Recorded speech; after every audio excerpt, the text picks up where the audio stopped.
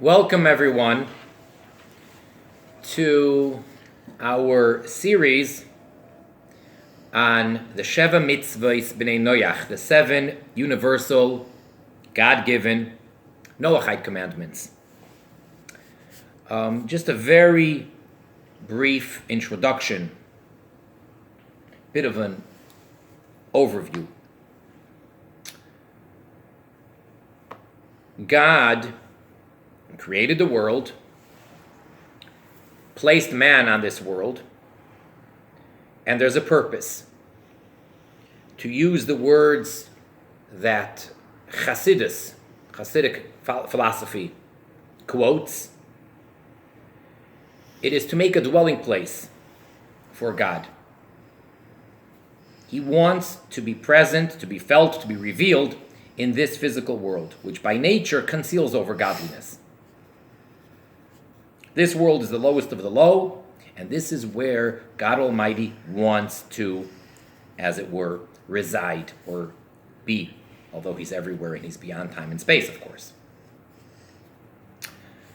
Some 2,500 years after the creation, there was the great historic revelation at Sinai, known as Matan Torah, the giving of the Torah, the divine law. Now, the Torah, of course, was given to the Jewish nation and to the Jewish nation only. However, at that time, God gave the Jewish people the mandate to inform all of mankind of their obligations, of their responsibility to keep their 7 commandments, which originally 6 of them were commanded to Adam, to the first man, and then after the great flood, those 6 plus a 7th were reiterated and given to Noach, to Noah, and from then on, all of mankind has to keep these commandments. And after Matan Torah, after the giving of Torah, now all of mankind has to keep them because they were given by God through Moses, through the Jewish people. The Torah in general has 2 parts to it, in general. The written law and the oral law, the oral tradition, both given by God to Moses, to the Jewish people. The written law, the 5 books of Moses, and then the prophets and the scriptures, known as Tanakh, Torah, Nevi'im, Ksuvim, in a sense, contains everything. However, it's written in a sort of cryptic way. Out of the 613 commandments, which that's our tradition in the oral law, that there are 613 commandments for the Jewish people, not one of them would be able to be fully and properly understood by just reading the original text of the written law. So we must have the oral tradition. When I say the oral tradition, I don't mean rules and regulations and boundaries and fences and customs that were instituted by the rabbis throughout the generations. I'm not talking about that. I'm talking about the unbroken chain of the interpretation that God gave Moses and told him to give it on to the Jewish people and to convey that from generation to generation. And that is just as God-given as the written law. And it's all given over orally, and it was only years later where it had to be written down. And that is basically the Talmud, the Mishnah, and then the Gemara. And then many commentaries to explain what that means and so on. After the conclusion of all of the written and oral law, after the Gemara, the Talmud, was completed, came along one of the greatest human beings ever to walk the face of the earth, one of the greatest sages of the Jewish nation ever, and that is Maimonides, Moses Maimonides. Rabbeinu Moshe ben Maimon HaSfaradi, known as the Rambam, which is the acronym for Rabbi Moshe, son of Maimon. That was his father. Rambam. And he was the only one who took all of the oral tradition, all of the oral law, all of the Talmud, and presents it in a very clear, in a very concise way, giving us all of Jewish law for all 613 commandments, and actually plus the 7 rabbinic commandments, total of 620. Every single mitzvah, every single commandment, and all of the laws. Doesn't go into reason, doesn't go into discussions. He's just telling us, he teaches us in a very systematic way, in a very organized way. The name of the series, of the set of the books, he named it Mishnah Torah, and it's called by many the Yad HaChazaka, otherwise just simply called the Rambam. In the Mishnah Torah, he has 14 books, beginning with the book of knowledge and concluding with number 14, the book of Judges. Each book is comprised of sections of topics called halachas, laws. Each law then is broken down into chapters, and every chapter has what we call small halachas, meaning paragraphs, segments within each chapter. In total, within these 14 books, there are a total of 83 halachas, 83 topics. And if you count up the chapters, the way we have them now, there are some 1,000 chapters. And this was written about 900 years ago. He is the greatest codifier. For one, he is the only one in all of rabbinic literature that took every topic and all of the laws of the Torah, including those which unfortunately are not relevant on a practical level in practice during the exile, when the Jewish people don't have the Holy Temple, and when most of the Jewish people are living in the diaspora. He included all the laws, every single mitzvah, not only those that are relevant, such as Jewish holidays and the Sabbath and laws of kosher and prayer and civil laws, etc., but he also included any and every single mitzvah, laws of sacrifices, laws of the service in the Holy Temple by the priests and the Levites, laws of tithing the land, laws of the sabbatical year, the Jubilee year, etc. And he even includes those laws which will be only relevant in the Messianic era, because he is giving us all of Judaism, all of the laws, the God-given laws, he's presenting here. Now, as we come close to the very end of the entire Mishnah Torah of the Rambam, in the 14th book, the book of Shoftim, book of Judges, in the laws of kings, those are the final laws, the 83rd laws are the laws of kings. And the laws of kings have 12 chapters. Basically, the first chapters are discussing what is the Torah mandate for a king. How is the Jewish king supposed to conduct himself? What is the mitzvah of appointing a king? And how is his government supposed to work and supposed to look like? What are his obligations? What is he supposed to do? And how does he go to war? All the rules of war, of kings and war. And then, in chapter 8, he discusses a mitzvah of Eshes Yefas Toyar, of the beautiful woman in captive, that is, and the enemies, in the non-Jewish enemy, that a Jew wants to take as a captive, and then he wants to marry her. That's kind of the segue of how that leads into the 7 Noahide commandments. At the very end of chapter 8 of the Laws of Kings, where he's concluding the discussion on this Yifas Toyar, on this woman who the Jewish soldier who took her back with him as a prisoner of war, and he would like to marry her.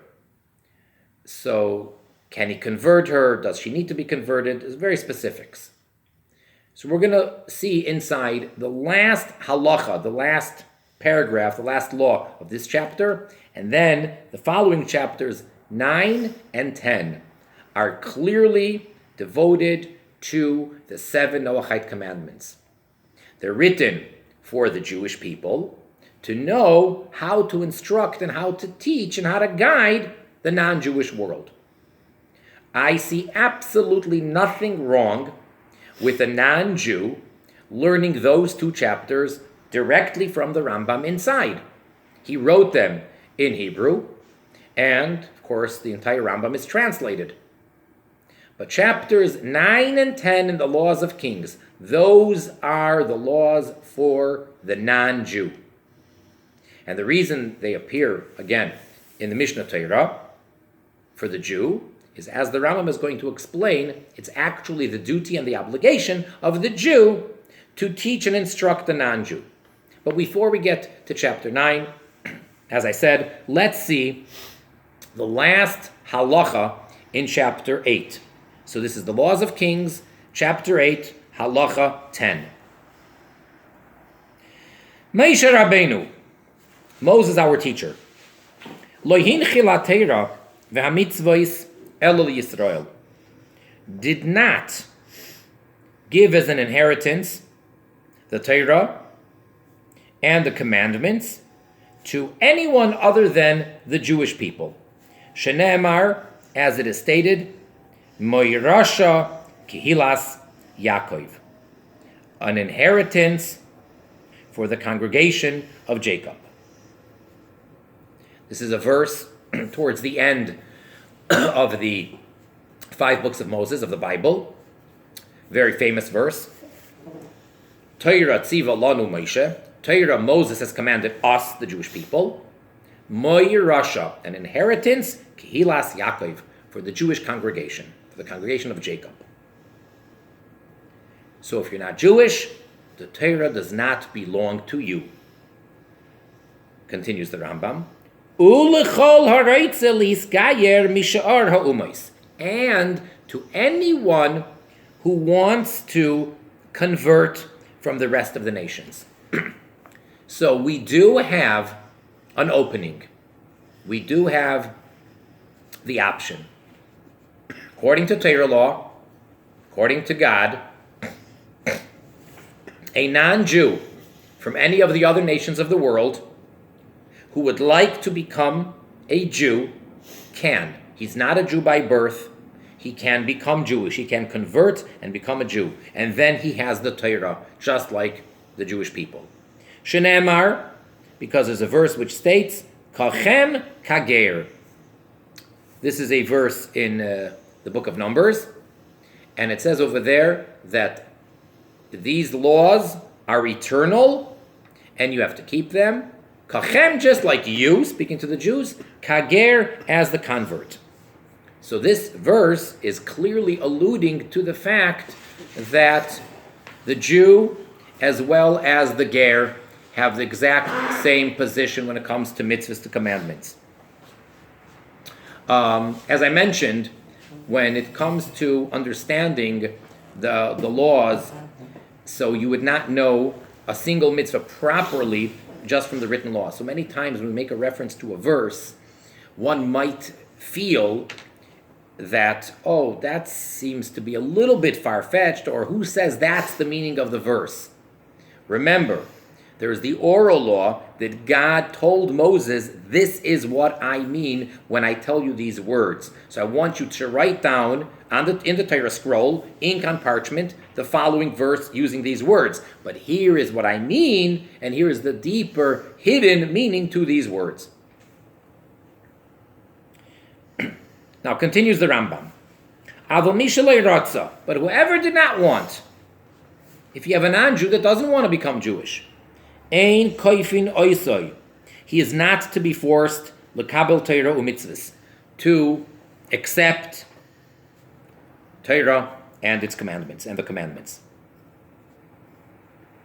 Okay, again, this is coming after the Fas Toyar story. Basically, the Jewish people are not to force anyone to become Jewish. So in our religion, in the God-given Jewish religion, Jews do not proselytize. We do not seek converts. The option is there. The opening is there. And if someone does not want to become Jewish, we do not force them. V'chein tziva Moshe Rabbeinu. And likewise, Moses, our teacher, commanded, mipi hagvura, from, so to say, the mouth of the Almighty, lakuf es kol ba'ei ha'olam, to force all of the inhabitants of the world, every human being that's not Jewish, lekabel, to accept, mitzvos, the commandments, shnitztavu v'nei Noach, that the sons of Noah, that the descendants of Noah, which is every human being, were commanded. So the Jewish people were given the Torah and the mitzvahs, the commandments. We do not force it upon any non-Jew. However, Moses was commanded by God that the Jewish people are to force the non-Jewish world, all the nations of the world, to keep the seven, well, I didn't say seven yet, I'm sorry, to keep the commandments that were commanded to the descendants of Noah. V'chol mi shelo yakabel, and anyone who will not accept them, yeh hareg, shall be put to death, shall be killed. V'hamekabel oisan, and the one that does accept them, hu hanikra ger toishav b'chol makim. He is the one who is called with the title of ger toishav, resident alien, b'chol makim, everywhere. Throughout the Talmud, and then, of course, throughout the Rambam, we now have a term, well, he's used it before, but he's telling us the term ger toishav. So again, ger toishav is a technical, legal term for a very specific type of a person. Cannot be a Jew. If he's Jewish, he's not a ger toishav. A ger is a Jew. If you mean ger toishav, he can't be a Jew. So what is he? He is an individual that accepted upon himself to keep the Noahide laws. V'tzarich lekabel olav, and this individual needs to accept it upon himself, bifnei shloisha chaverim, in the presence of three trustworthy, observant Jewish men.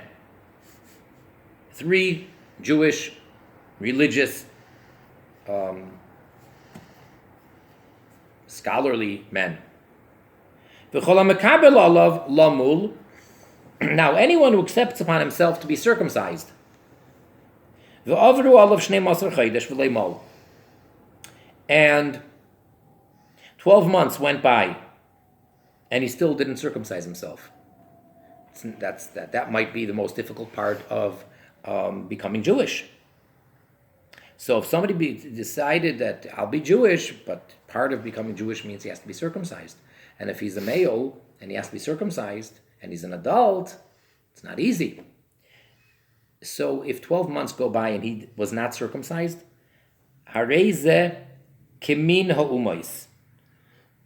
So there are different versions exactly to the reading of the Rambam, depending on the more accurate edition and going back to the manuscripts. But what it says over here is that this individual is like any other non-Jew. In other words, he is not in the category of a ger toishav, or worse yet, according to some versions, it's that he is like a min, which is basically a heretic.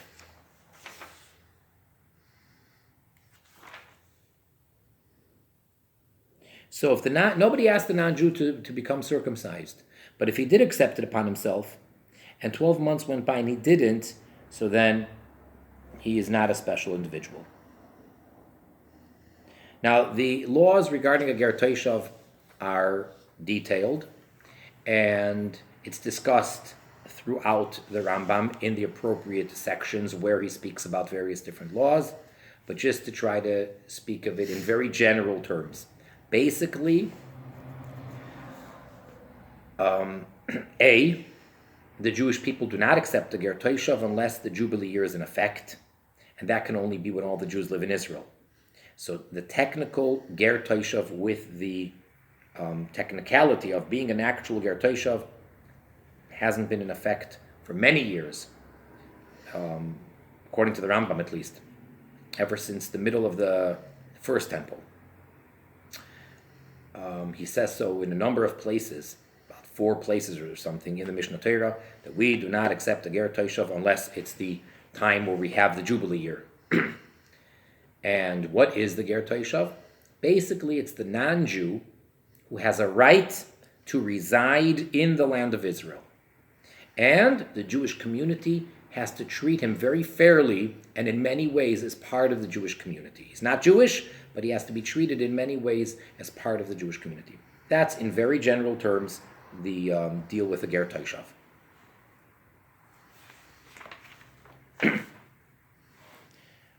Next, I'm sorry that we were doing the last 2 halachas in this chapter. We're doing number 10, and now we're up to number 11. This is the last halacha in chapter 8. Kol ha-mekabel sheva mitzvos. Anyone who accepts 7 commandments, those are the Noahide commandments, and he's going to list them in the next chapter. V'nizhar la'asoisan, and is careful to do them, to keep them. Harezeh, behold, this individual, this non-Jew, who accepted them and is careful to actually keep them, he is mechasidei u'moisa olam, from the pious of the nations of the world. He's not a regular person. He's above average. He is considered a chassid. In English, that would be, they translate it as pious. V'yesh lo chelek lo'olam haba, and he has a portion, a share in the world to come. Vihu, however, this is she'ikabel oisan, that he accepts them, v'yase oisan, and he keeps them. Mipnei shetziva b'en HaKadosh Baruch Hu b'Torah, because the Holy One, blessed be He, because God Almighty has commanded them in the Torah, v'hidi'anu, and has informed us al yidei Moshe Rabbeinu, through Moses our teacher, shebnei Noach mikoydem nitztavu v'hen, that the Bnei Noach originally were commanded. So in order for this person to fall into the category of chasidei u'moisa olam, it is not sufficient that he accepted them and that he keeps them. And it's not even enough that he accepts that they're God-given. He has to accept that God commanded through Moses at the giving of the Torah, in the Torah, and these are the commandments that were originally given to Noah. Avo, however, but imason, if he does these 7 commandments, mipnei hecher hadas, because of his understanding, because logically they make sense, they are rational commandments. Ein ze ger toshav, this is not a ger toshav that we spoke about in the previous halacha. Ve'ein mechasidei u'moisa olam, and he's not from the pious amongst the nations, as we just spoke about in this halacha. And then again here we have 2 versions to how to read the last 2 words here, and it's a very big difference. V'loi meichachamehem, and not from the wise amongst the nations. He's not a ger toshav, he's not from the pious amongst the nations, and he's not from the wise amongst the nations. However, a different reading, which seemingly is the more accurate one from the manuscripts, it says Ela mechachamehem. Rather, he is from the wise amongst the nations. So we're not really stripping this person of all positive titles, if you will. So we're saying he's not a ger toishav. He's not from the pious, from the chasidim Masaylam. Rather, he is only from the wise amongst the nations. And with that, we finish. That's the end of the 8th chapter. And that was sort of the segue into the 9th chapter, where now he's going to introduce us to these 7 laws, and he's going to go into detail to some extent. And if you learn these 2 chapters, you then have at least a general knowledge of what the 7 commandments are, what you're obligated to keep, and so forth. Details, there are many, many details which go way beyond the generalizations of the Rambam, and that's what everybody needs to, of course, deal with and figure out. But it all has to be based on these general laws that the Rambam is giving here. I just want to mention, many people mistakenly think that the 10 commandments are the universal laws, and that's not so. A bunch of them are the same as the 7. They overlap. That's true, but non-Jews don't have to keep them because they're the 10 commandments. The 10 commandments are the introduction that God introduced himself, and that is what he said at Sinai to the Jewish people, the whole world. But this is when God actually made the Jewish people his people, and that is when the Jewish people became what we call Jewish. That was our conversion from just being regular people or slaves in Egypt or descendants of whatever and becoming God's chosen people.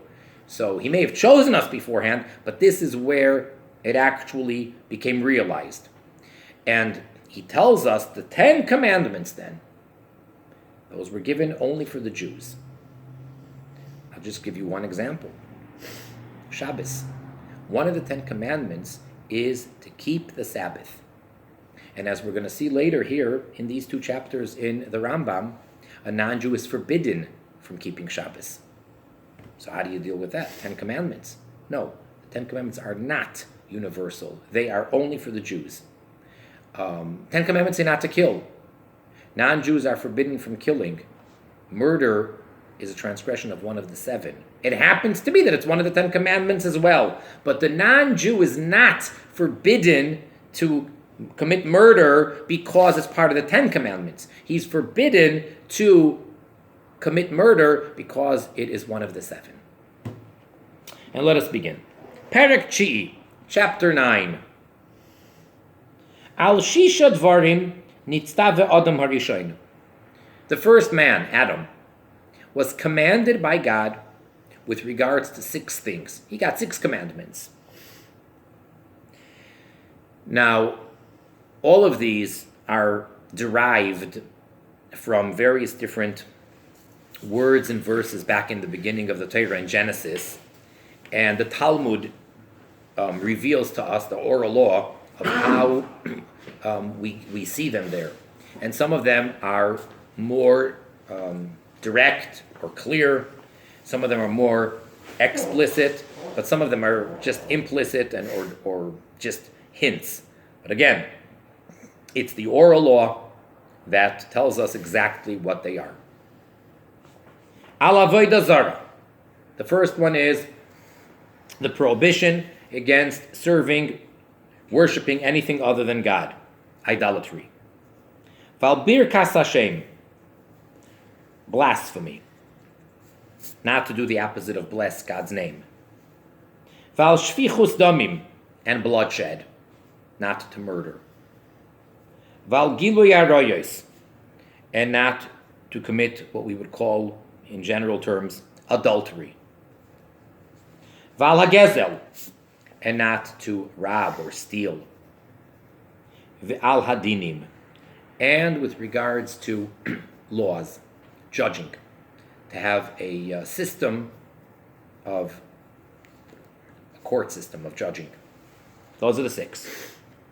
Afal pi, even though Shekulam hem Kabbalah biyadeinu mimoshe Rabbeinu. That all of them are a tradition that we have from Moses. It's part of the oral tradition. These are the 6 God-given laws to man. V'adas noita lahem. And the mind, the understanding, leans towards them. They all make sense. They're rational. Michlal divrei Torah yeroeh shal elu nitztava.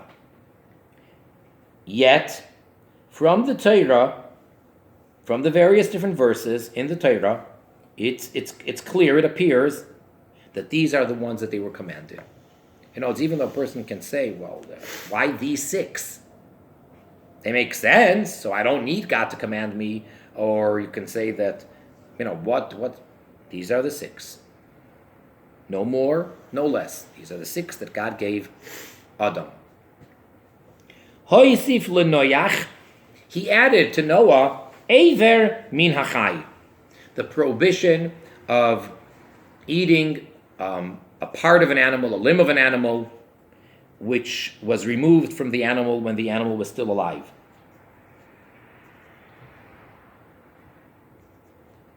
Shenemar, and just for this one he brings the verse. The other 6 he didn't tell us how we derive them from the verses.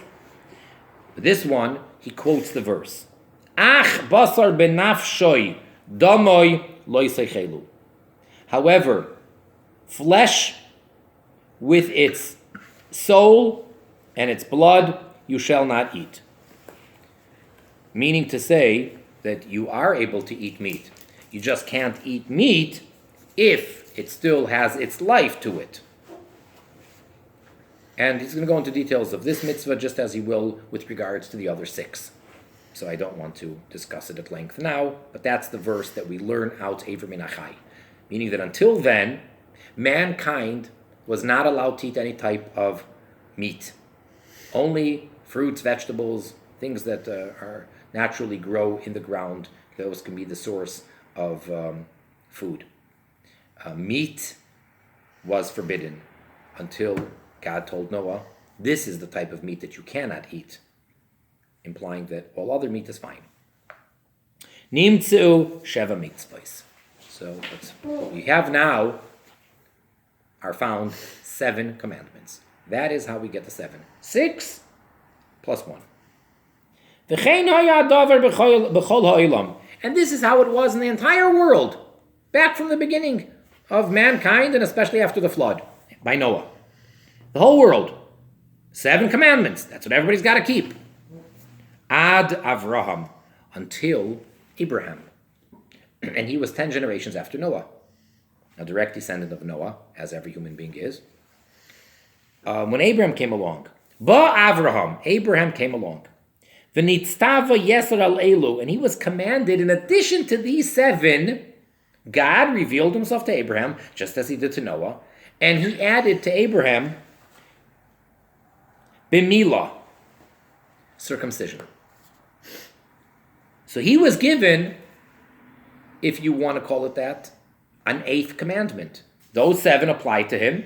He's a human being, he's a descendant of Noah, but God told him clearly, as it's written in the written law, milah, to circumcise himself and all the males of his household, all of his male children, and all of his male slaves. V'hu hispalel shachris, and he prayed the morning prayer. He instituted that. Doesn't say that he was commanded to do that, but that's what he started, to pray every morning. V'yitzchak, and his son Isaac, hifrish meiser, he tithed. He took 10% of his produce and he gave it to God. And he added an additional prayer, additional to the one of his father in the morning, towards the end of the daytime, towards evening. The Yaakov and Jacob, Isaac's son, Hoisif Gidanoshe, added the prohibition against eating a certain part of the leg of the animal, of the particular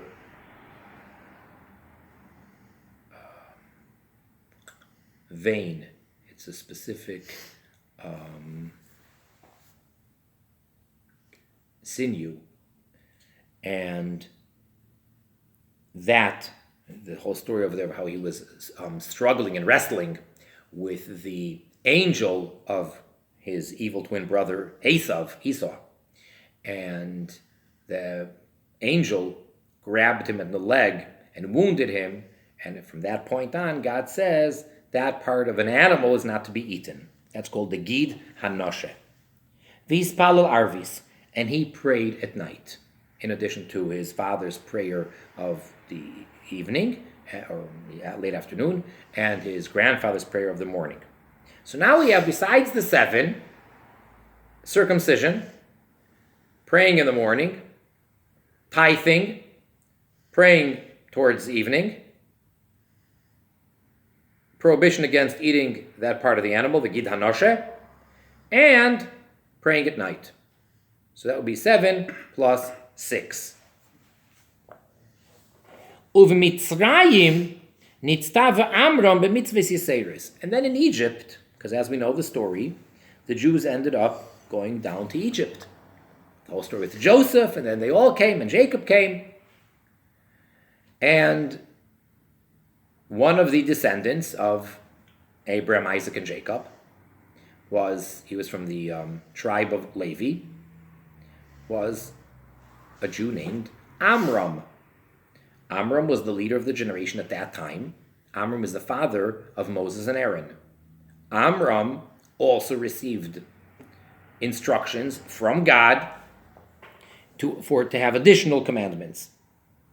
And here, the Rambam is not telling us what they are, but he's showing us how it's a process of accumulating more and more commandments.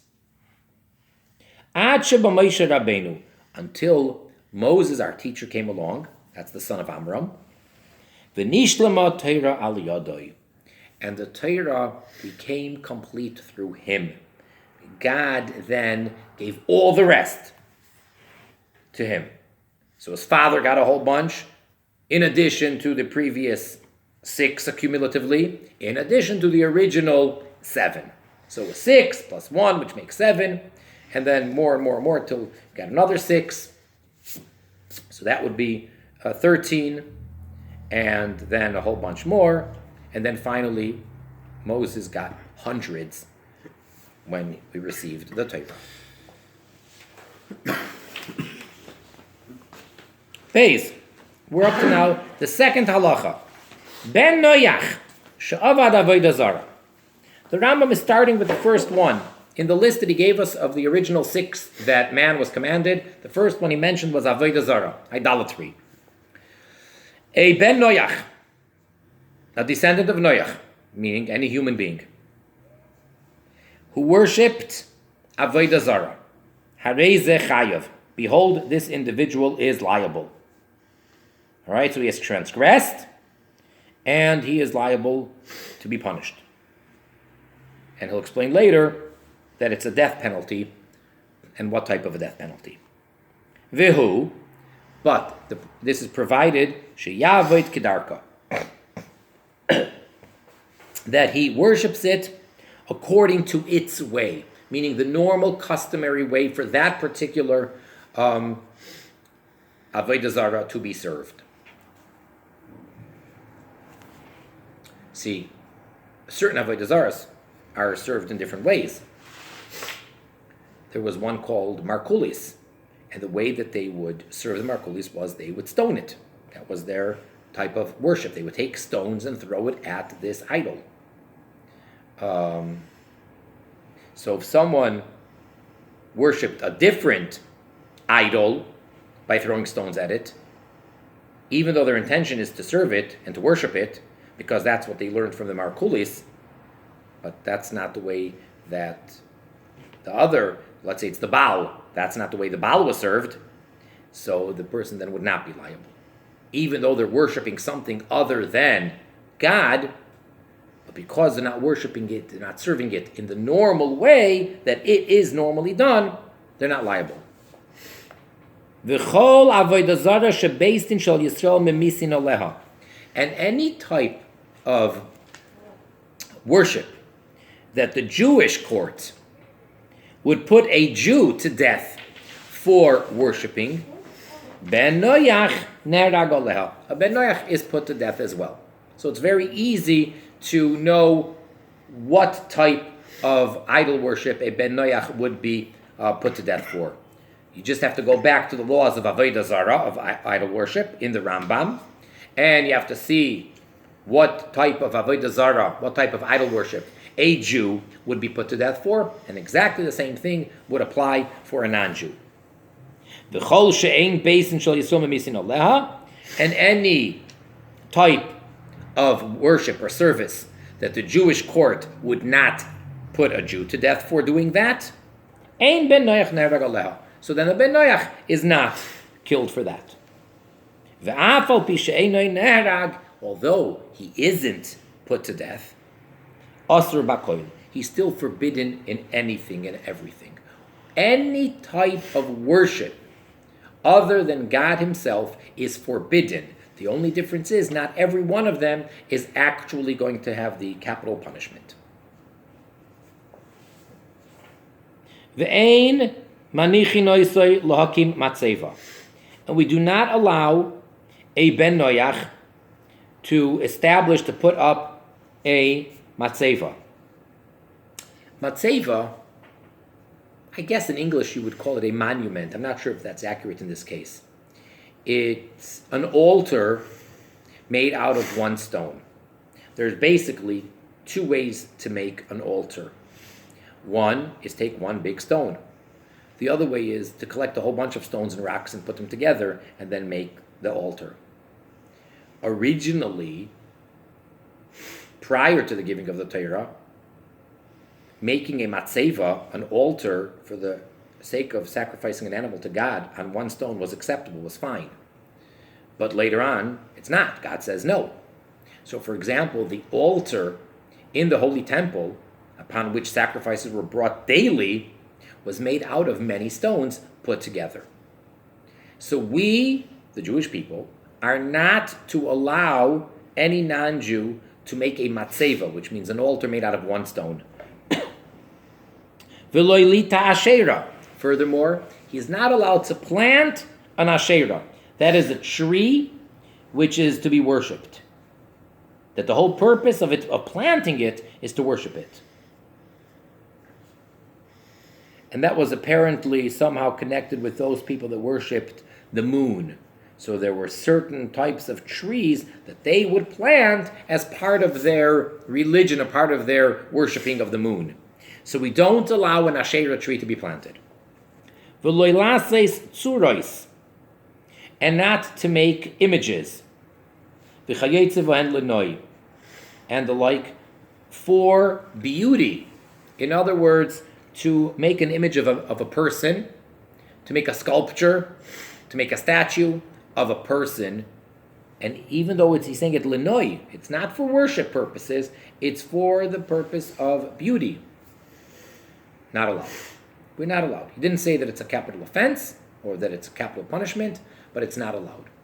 So we don't let them make a matzeva, we don't let them plant the Asherah tree, and we don't allow them to make images. And he didn't even go into what type of materials, whether it's made out of a metallic type of material, or out of wood, or carved out of stone, but you're not to make any type of an image of a human being. No types of idols. Next, halacha 3. Ben noach shebeirech es Hashem. A ben noach that transgressed the prohibition of blasphemy. Now it's interesting. It's such a severe thing that we don't even want to say it outright. So the way that it's referred to in the Talmud and then here in the Rambam, it's called Birkas Hashem or Shebeirech Hashem, which literally means to bless God. But the meaning is the opposite. In this case, when we say blessed, we mean the opposite. So a ben noach that did the opposite of bless God's name. Bein shebeirech b'shem hamiyuchad, whether he did the opposite of blessing with God's name either is a tetragrammaton name or the pronunciation of Aleph Daled Nun Yud, but it's the name that we refer to God Himself, Yud Kei Vav Kei, or Aleph Daled Nun Yud. Or whether he used a description, a different name of God, and in any language. So if he said it in English, that would be capital G dash D. Chayav. He is liable. Masha'in Kain be Yisrael, which is not the case when it comes to a Jew. So this is one example where it is more severe and more strict when it comes to the Ben Noach. A Jew who transgressed blasphemy, but didn't use one of God's names, or not, but referred to God, would not be capital offense, would not be put to death. Whereas for a Ben Noach, for some reason, we're stricter in this regard, and no matter what, whether he used the name itself in Hebrew, or any of the names, or in any language, as long as the reference is to him, then he is liable. Next, so we touched upon two, Avodah Zarah and Birkas Hashem. Next, Halacha 4. Ben Noach, Sheharag Nefesh. A Ben Noach, a Noahide, a human being, that killed a person. Hafilu ubar bimei imoy. Even a fetus inside the mother. So for those that think that it's a very controversial topic nowadays, pro-choice versus pro-life, according to the Torah, there's no controversy over here. It's pretty straightforward and clear-cut. The Rambam says, any Ben Noach who kills any person, even an unborn fetus inside the mother, Neherag Olav, is to be put to death for murder. V'chein im harag treifa. And likewise, if a Ben Noach killed a treifa, treifa means that the person has some type of an internal illness that they are guaranteed to die from this illness within the next 12 months. That's basically what it is. It's a human being that has some type of an illness that he's guaranteed to die. So if a person kills that person, one might think, well, he's going to die anyway in such a short period of time. No. Or alternatively, if someone took an individual and they tied them down in front of a lion, so they didn't directly, personally, physically murder them with a weapon or anything like that, but they put them in a situation where inevitably they're going to get killed, unless a miracle happens. Or he left him in hunger until he died of hunger. So he locked him up in a room where he couldn't get out. He locked him up so he would die of hunger. He would starve to death. Since in any of these examples, he killed him, even though it was not direct and it wasn't instantaneous, but because he was the cause of his death, Neherag, he is put to death for murder.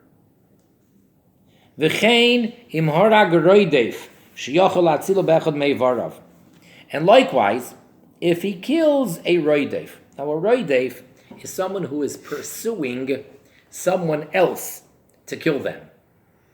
So you're allowed to protect and to save the victim by stopping, not only you're allowed to, but you're actually obligated to, by stopping the perpetrator. However, if you could stop him without killing him, You must. You're not allowed, it's not a free allowance to kill the perpetrator. However, if that's the only means to stop him, then you can kill him. And if you didn't mean to kill him, but you tried to just stop him and he died, that's also acceptable. But if you're able to stop him by any other means, by just wounding him or something, and you purposely, intentionally killed him, Neherag Olav, then he's killed for that as well. That's considered murder, because you didn't have to kill him in order to protect the victim. Mashen can be Yisrael, which is not the case again when it comes to the Jew. When it comes to a Jew, even though it's also forbidden to kill the Roideif if you can stop him without killing him, and it's not acceptable to kill him. However, because the situation is that he is a Roideif, if the Jew killed him, the Jew would not be put to death. Whereas by the Ben Noyach, if he didn't have to kill him, and he could have stopped him otherwise, and he killed him purposely, he would be put to death. So we've now discussed 3 of them: Avodah Zarah, idolatry, Birkas Hashem, blasphemy, and hereg, murder.